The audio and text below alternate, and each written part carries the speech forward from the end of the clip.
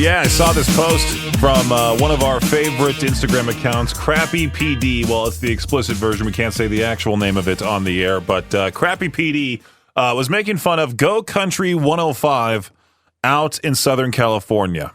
I know a lot of people that still listen to this station, and right now they're looking for a full-time announcer. I don't know why they're not called a radio DJ. It's a full-time announcer. Like, are you sitting there actually announcing something? Like, to me, I think if you're going to call them an announcer, you're going to be like, well, up next we have Orbit Culture or something like that, you know?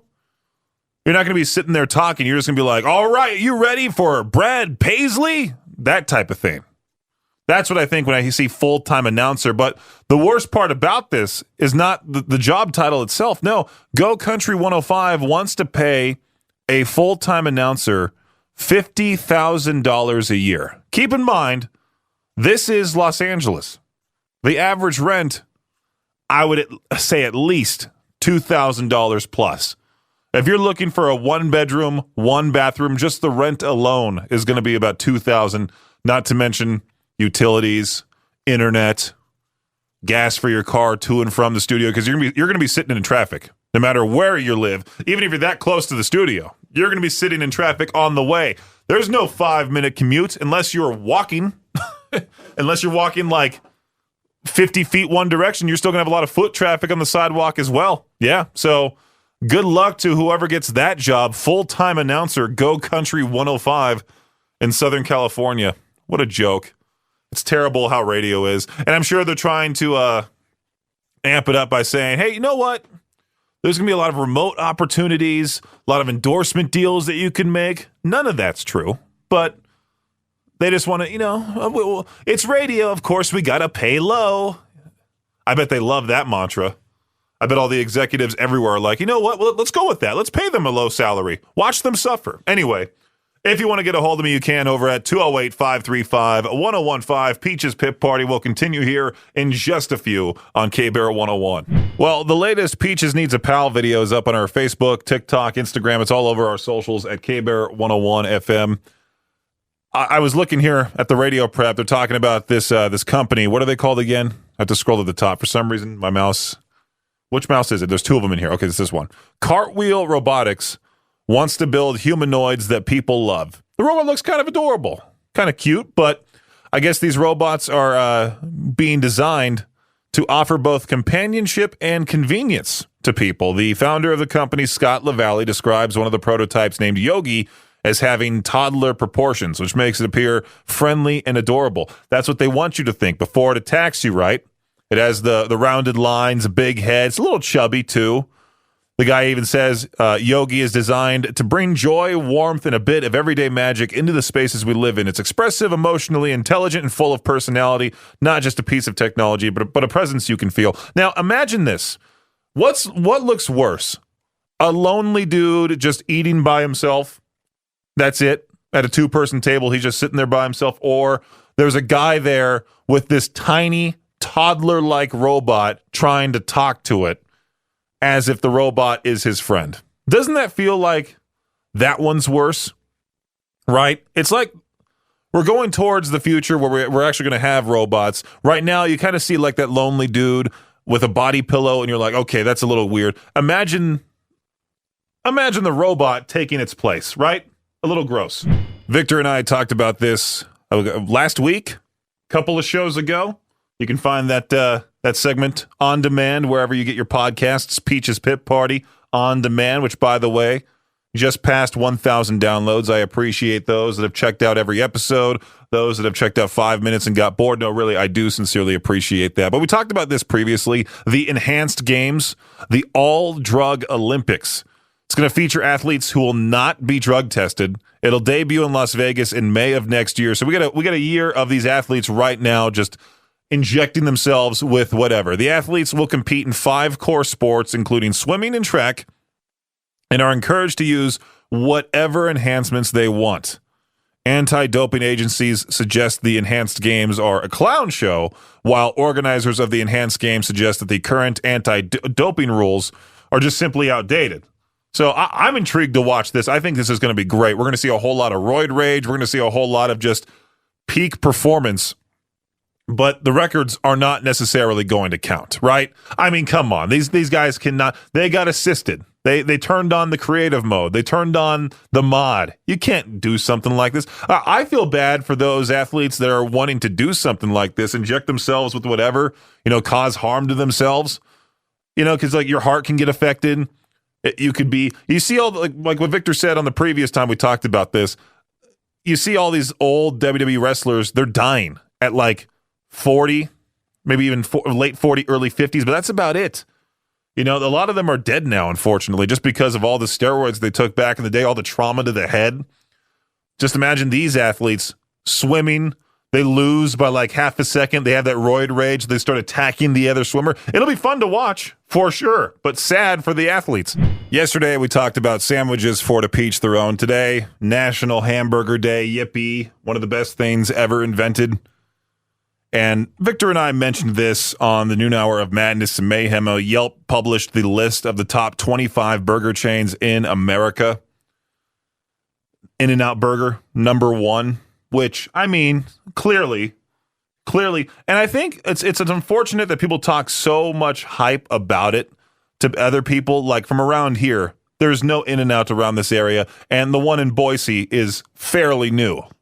And so you had all these people all these years hyping it up like it's the best thing, and then they go there and try it for the very first time, and, it's like, oh, okay, that's it. I thought this would be a magical experience. I think it's great. I've never been sick and tired of In-N-Out Burger. The Habit at number 2, another restaurant we don't have out here, which we should. It's fantastic.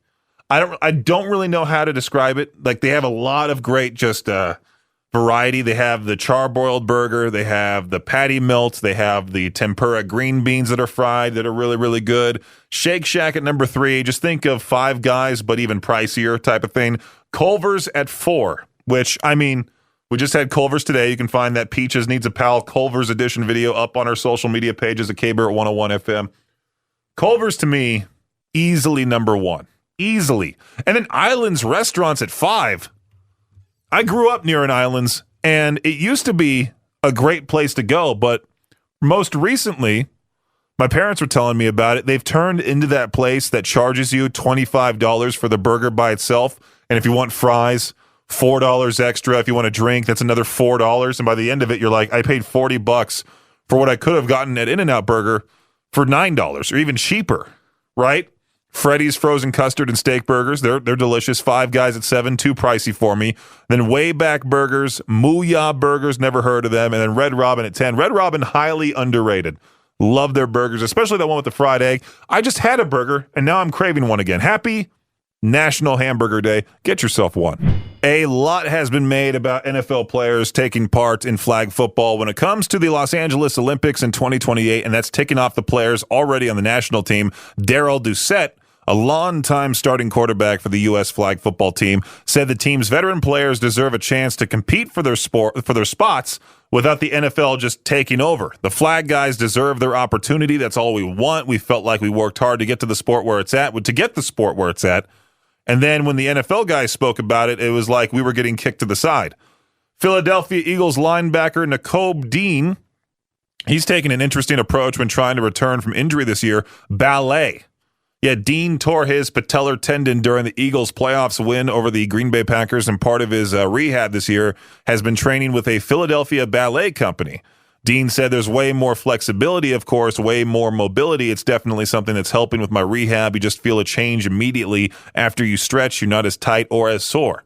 Cincinnati Bengals quarterback Joe Burrow recently complained that his team will once again play a primetime road game against the Ravens in Baltimore, and it's the third year straight the Bengals visit the Ravens on a Thursday night. Burrow said playing in Baltimore for the fourth straight year in primetime isn't ideal. Maybe we can get one of those in Cincinnati, please.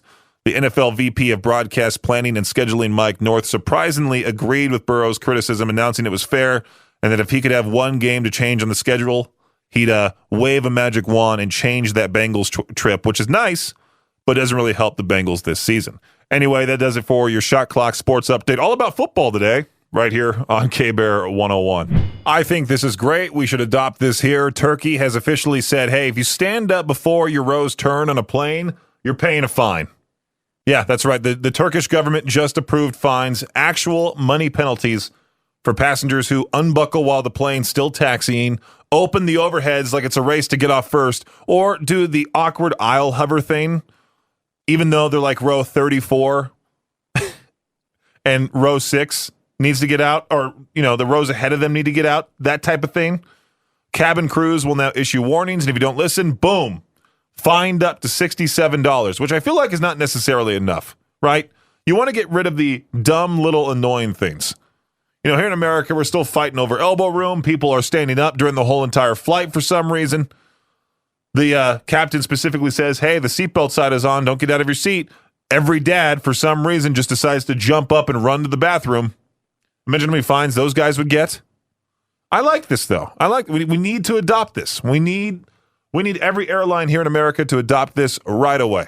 So I was reading this story about this woman in British Columbia. She was denied $5,000 in damages after being bitten by her roommate's mini Australian Shepherd.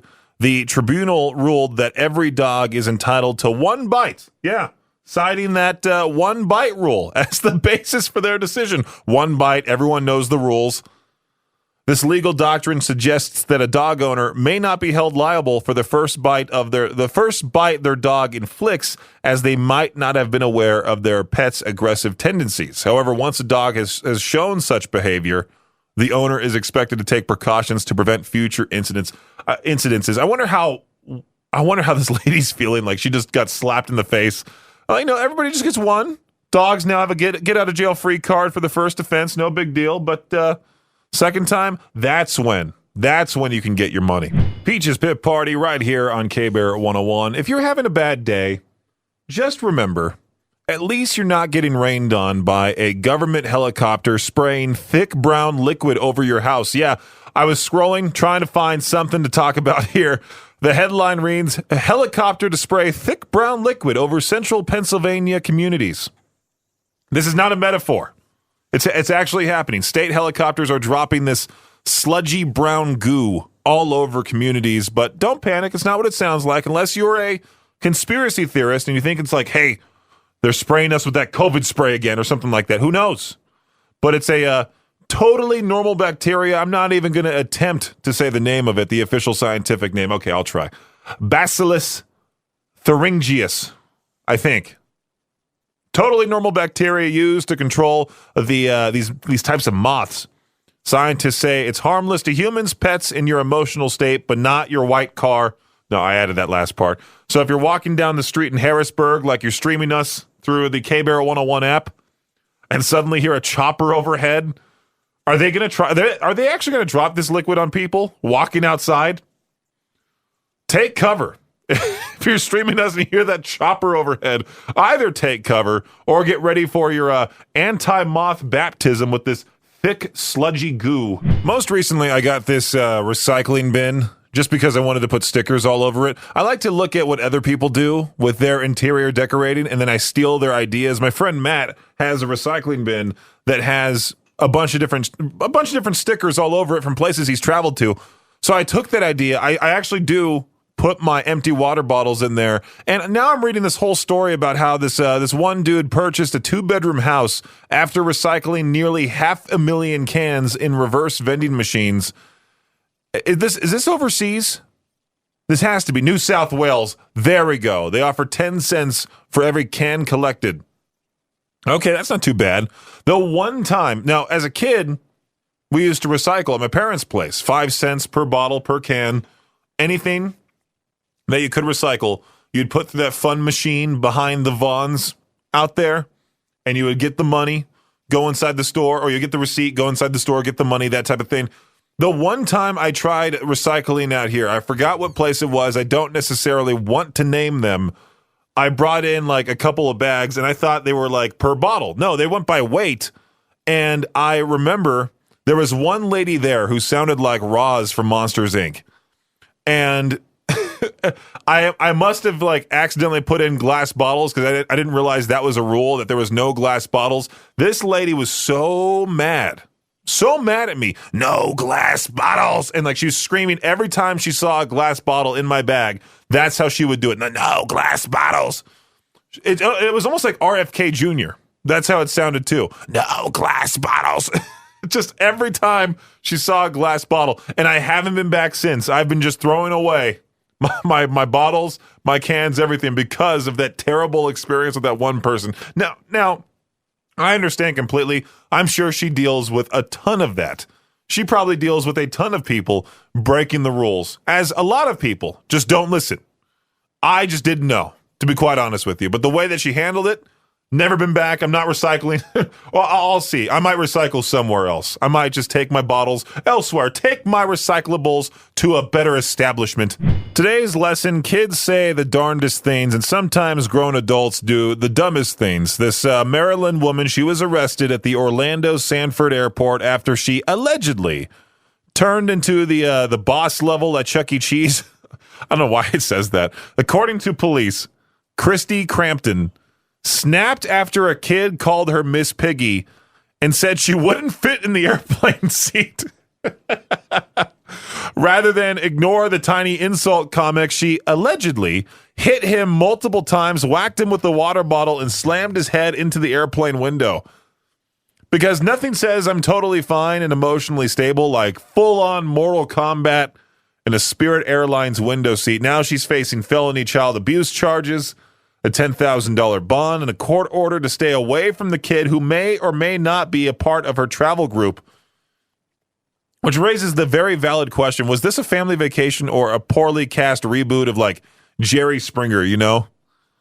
Kids say some terrible things. I mean, I remember hearing kids at the restaurant I used to work at. I remember this one girl was so funny to me because she just goes, Mommy, that guy's huge, and points directly to me. The mom got all embarrassed. I'm like, oh, who cares?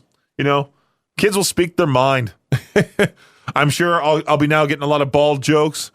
I remember the one time, most recently, I forgot, was it last year or the year before, when Victor and I had to read to kids at an elementary school? And one of the kids was like, that's Shaq, pointing to me, which is not an insult. That's a compliment. 100%. Peach's Pit Party on K-Bear 101, Idaho's only rock station. I saw this question for potentially to Peach their own on Ask Reddit. Victor talked about it as well this morning. At your age, what instantly just makes you mad?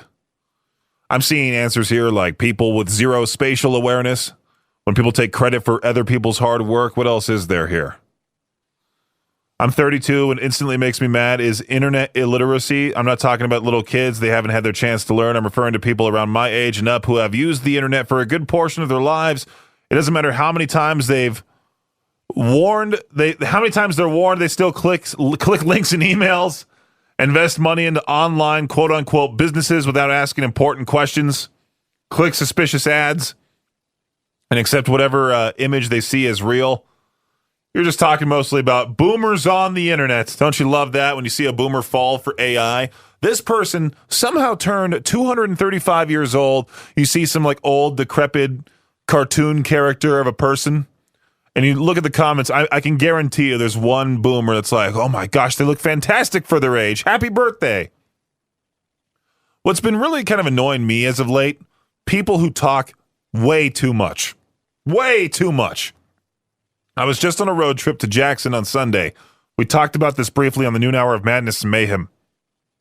How like I was sitting there trying to listen to music, enjoy the scenery, enjoy the ride. I'm getting asked dumb questions. I'm like, what's going on here? Like, and then I was talking to my friend Zach about it on Discord. For some reason, I have to cough real badly. Hang on. I was talking to my friend Zach about this on Discord, and I guess he went on a date with a girl, and they went on some like road trip, and he just kept going and going and going and going, and I guess it got so bad for the girl. She was like, do you ever just shut up? At some points, I want to say that to somebody.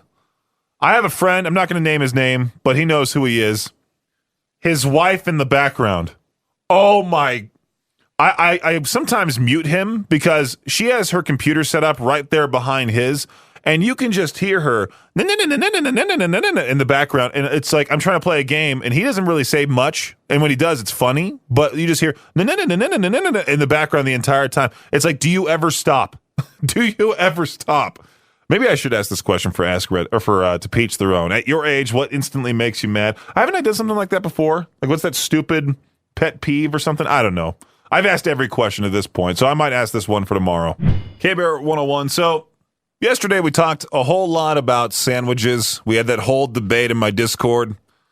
And then now today, surprisingly, is National Hamburger Day. I mentioned that once on the show previously, today or earlier this afternoon, I should say. So, I think I asked this question before. It might have been not that long ago, but you know what? Let's ask it again. Let's go for this one. What's an underrated burger topping? For me, fried egg, 100%. I love a good fried egg, especially when it has the runny yolk that goes down the rest of the burger. Tastes great, okay? So to Peach Theron, what's an underrated burger topping? Call in right now. Let me know. 208-535-1015. So Victor this morning, he talked about this website called Snopes because people were falling for this AI-generated thing about Jelly Roll doing something with adopting puppies, something like that. And he was telling people to go to Snopes, which is a fact-checking website. Now, I think I've seen this website before. I just haven't used it in a very long time. But it says here, this whole article about, hey, don't be fooled by rumors about Peyton Manning taking this teenage cancer patient to prom.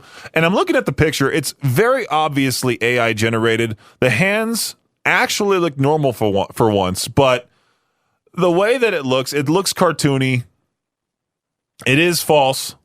Claim retired NFL star accompanied a teenage cancer patient to her prom. False. Yeah. The boy she was supposed to go with stopped answering her texts. That's what the this version of the claim said.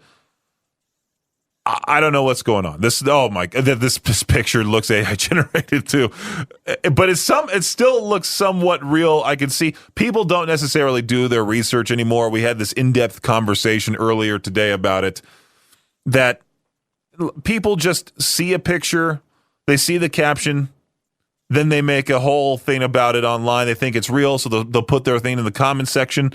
And then there's also those people that like to put stuff out there. They like to rage bait. They like to, they'll talk about a sensitive topic only because they know it'll generate comments, it'll generate laugh reacts, it'll generate reach, 100%. You post anything about the Idaho Falls water tower, you're going to get tons of comments. This thing looks hideous, awful, stupid. Why would they do such a thing? Just be careful. Be careful what you see online. Okay, go to Snopes. It'll tell you, hey, this is in fact not real. K-Bear, what's up? Hey, Peaches, how's it going? Hey, doing pretty well. How are you? Good. This is Kyle. Hey, I was wondering if I can get a song request in. Yeah, what would you want to hear? Do you guys have the Callous Dowboys? Oh, yes. Yes, I've played like two of their new songs for two different Peaches picks of the day. I know they just released a new album, and I think I was sent the whole thing, but there might be some where I have to, edit out the bad words. Right. How about Two-Headed Trout? Did I play that one? Let me check, because I think that one might be clean. The song library is taking forever to load. Since you're here, what do you have an underrated pizza topping? Or not pizza topping, underrated burger topping. I was thinking about that, and I could not. People put everything on burgers nowadays. Right. I guess my thing would be just onions. It's hard to get onions right. In-N-Out, I know a lot of people don't like it, but their onions, the way they do them is just perfect. The grilled onions are fantastic. That's my favorite part of their burgers. Yeah, I totally agree with you. I only have the Demon of Unreality limping like a dog and distracted by the Mona Lisa, so give me a minute, and I'll go ahead and see if I can get that Two-Headed Trout song in the library as well. Awesome, thanks. Yeah, absolutely, man. I'll get that on here, hopefully within the next couple of minutes here. I'll just have to listen to it, make sure there's no bad words, and put it in there. Awesome, appreciate it, man. Hey, yeah, thank you. Yep, bye. K-Bear, what's happening? Hey, underrated hamburger topping? Yeah. Fried egg. That's exactly what I've been saying. Yeah, I just barely got back in the truck. Fried egg's amazing on a hamburger. Absolutely, especially when that yolk runs on it, for sure. Oh, yeah. especially with the onion ring. Yeah. Now I'm getting like fat guy happy. I'm like, oh yeah. They're just imagining it. Right, I've gained like 15 pounds this year. Oh yeah, dude. I don't even want to know how much weight I've gained. But yeah, appreciate the answer, man. Thank you so much. Cool. Thank you. Have a good day. You too. K-Bear, how's it going? Peaches. What's going on, Quint? I recognize that voice anywhere. I know you can. When you go, Peaches? Oh, it's Quint. Peach. Yeah. How's it going? Oh, doing good. Just getting those answers for underrated burger toppings. Oh, yeah. So I'm calling, but I'd throw one in there. I mean, I think, I don't know. There's so many things you can put on a burger, but I like if you do it right, the jalapeno bacon jam. Oh, that's even better. That's some good stuff there. Yeah. Oh my gosh. And then there's the bar next to the shop here. They do sliders with that on there, but they also he puts peanut butter on there too. Oh, yeah. Somebody was talking about how like a certain local place used to do peanut butter and jelly burgers. That sounds pretty unique. Well, right, because it's the jalapeno bacon jam, and then it's kind of got that sweet, spicy to it, the little bit of heat, and then you throw that peanut butter on there, and it's like you might think, oh, that's nasty, but it's pretty bomb. You know what I've always wanted to try are those like fair burgers where they put the Krispy Kreme donuts instead of the buns. Oh yeah, I know. I think I don't know if they do them at the Eastern Idaho, but I think there was somebody doing those where they were replacing the bun with a Krispy Kreme. I mean, they'd be pretty easy to make anyway on your own too. I mean, you just got to get the Krispy Kreme dozen. You cut the donut in like half down the middle, and then you just you pull out the Blackstone. You can even make it right there in the Krispy Kreme parking lot if you have that Blackstone set up. Just right. No kidding. K-Bear, what's up? Yo, I got another hamburger for the topping. Oh yeah, what's the underrated one? But I make a breakfast burger. I use pancakes and I make a sausage patty and boiled egg, not boiled egg, but hard boiled, a fried egg with the yolk. Oh. Then put the syrup on it, and it's so messy, but oh my God, it's amazing. This is why like breakfast sandwiches are S tier, because you can do literally anything and they'll turn out great. Yep. Yeah. I should make breakfast sandwiches for dinner. I think you just inspired me. Thanks for listening to Peach's Pit Party, the podcast. If you enjoyed the show, please share, subscribe, and rate the podcast. Peach's Pit Party is hosted by me, Peaches, a.k.a. Brendan Peach, and is a production of Riverbend Media Group. For more information or to contact the show, visit riverbendmediagroup.com. Until next time, Peach out.